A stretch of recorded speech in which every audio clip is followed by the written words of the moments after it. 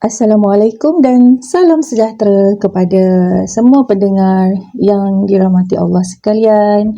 Alhamdulillah hari ini kita bertemu lagi. InsyaAllah Madam akan sampaikan kisah untuk hari ini yang bertajuk Nabi Ibrahim disembunyi dalam gua. Dapatan adalah daripada Harian Metro Isnin 11 November 2002 oleh Idris Musa. Mari kita mulakan. Bismillahirrahmanirrahim.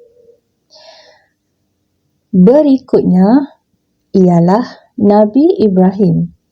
Beliau dilahirkan dalam suasana cemas ketika pemerintahan Raja Namrud di Babylon yang memerintahkan supaya semua bayi dibunuh.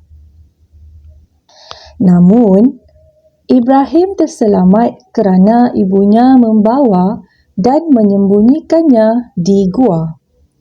Suasana cemas itu diciptakan Namrud sendiri kerana tidak mahu orang lain merampas tahta dan meruntuhkan kerajaannya.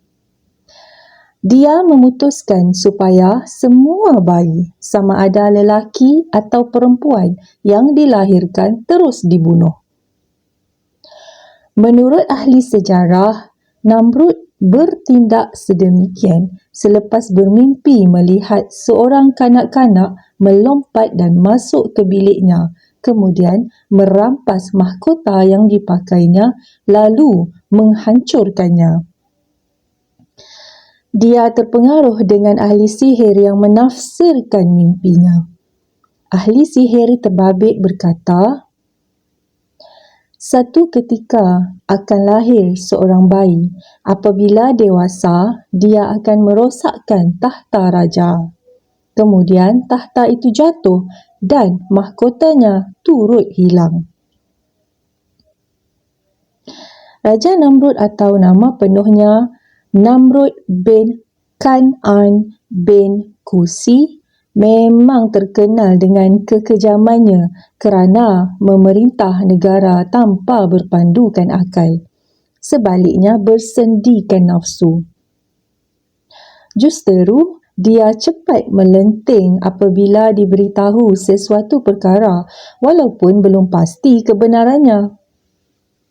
Rakyat yang dicurigai menggugat kuasanya terus diancam dengan pedang menyebabkan semua takut dan tunduk kepada kehendaknya. Sementara itu, Ibrahim yang disusu dan dibesarkan ibunya di gua, apabila usianya meningkat cuba melihat keindahan alam di luar gua. Beliau mendongak ke langit terbentang luas, melihat gunung menjulang tinggi dan matahari yang begitu besar. Pada waktu malam dilihatnya bulan dan bintang, dengan seketika direnung dan cuba difikirkannya. Ada ketika beliau menyangka bintang berkelip, bulan menerangi kegelapan malam dan matahari yang menyinari sepanjang hari itu Tuhan. Namun, selepas difikirkan, semua makhluk itu berakhir kerana apabila sampai masanya, ia hilang, tenggelam. Beliau menggunakan akal yang waras, tidak suka benda yang hilang, lalu tidak dijadikannya Tuhan. Sebaliknya, Namrud yang tidak menggunakan akal dengan mudah menjadikan apa yang ada di sekelilingnya sebagai Tuhan, termasuk ukiran yang dihasilkan rakyatnya sendiri turut dipuja dan disembah. Dia juga memerintah rakyatnya supaya turut menyembah gambar pada batu dengan katanya, "Ini Tuhan yang aku sembah, sembahlah kepadanya." Kemudian, Nabi Ibrahim dibawa keluar dari gua itu. Ketika itu juga, Raja Namrud tidak lagi mengambil berat dengan perintah pembunuhan bayi. Malah berita mengenai perkara itu mula berkurangan. Ibrahim keluar kepada kaumnya. Beliau tersentak seketika apabila mendapati kaumnya berada dalam kesesatan dengan menyembah patung, ukiran batu dan berhala yang direka sendiri. Ketika itu, bapanya sendiri turut membuat patung untuk dijual kepada orang ramai dengan tujuan menjadikannya sembahan. Melihat keadaan itu, Ibrahim berdoa, "Wahai Tuhan, aku sedang menderita," iaitu penderitaan batin, melihat kemungkaran dan kesesatan. Untuk apakah akal yang dikurniakan Allah kepada mereka? Apakah akal itu semata-mata digunakan untuk melakukan kerosakan dan mencari kekayaan? Wahai Tuhanku, tunjukkanlah aku, dan jika Tuhan tidak memberi petunjuk, aku akan menjadi sesat seperti orang ramai yang sesat dan melakukan penganiayaan itu. Allah menerima doa itu dan memberi petunjuk kepada Ibrahim.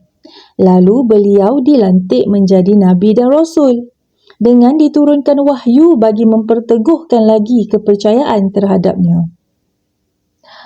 Sejurus kemudian Ibrahim memikirkan kejadian alam ini.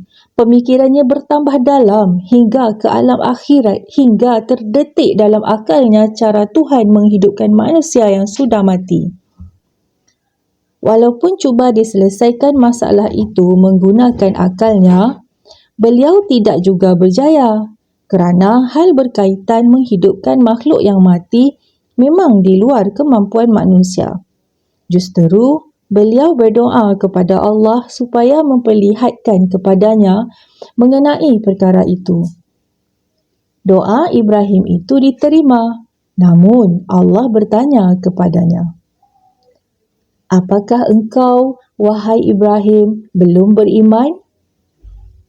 Ibrahim berkata, "Tidak sekali-kali. Bukankah engkau telah memberikan wahyu kepadaku dan aku sudah percaya dan membenarkannya, tetapi perkara ini semata-mata bagi menguatkan imanku." Lalu Allah menyuruhnya mengambil 4 ekor burung. Kemudian burung itu masing-masing dipotong dan dipisahkan setiap anggota badannya, supaya Ibrahim melihat sendiri bagaimana burung itu dihidupkan kembali. Potongan kecil daripada 4 ekor burung itu dihancurkan, lalu diceraikan antara satu sama lain. Kemudian burung yang sudah dihancurkan itu dijadikan 4 bahagian, dengan masing-masing bahagian itu diletakkan di atas puncak 4 bukit berjauhan. Kemudian Ibrahim diperintahkan supaya memanggil burung yang hancur itu. Selesai saja Ibrahim memanggil burung itu, masing-masing terbang dan bercantum kembali. Seterusnya burung itu masing-masing terbang ke arah Ibrahim. Peristiwa itu dilihat Ibrahim dengan kagum. Selepas itu, Allah menurunkan wahyu kepada Ibrahim. Demikian juga aku membangkit dan menghidupkan manusia yang sudah mati untuk dihidupkan di alam akhirat dan akan dihisapkan semua amalannya sewaktu berada di dunia. Dan semua manusia akan menerima balasan masing-masing. Alhamdulillah, sekian kisah yang dapat Madam kongsikan untuk kali ini. Madam ingin mengucapkan banyak-banyak terima kasih kerana sudi mendengar sehingga habis. InsyaAllah, ada rezeki panjang jodoh, kita akan jumpa lagi. Semoga Allah ampuni dosa kita semua dan semoga berhimpunlah kita di syurga Firdaus Allah bersama-sama. Amin. Jumpa lagi. Assalamualaikum.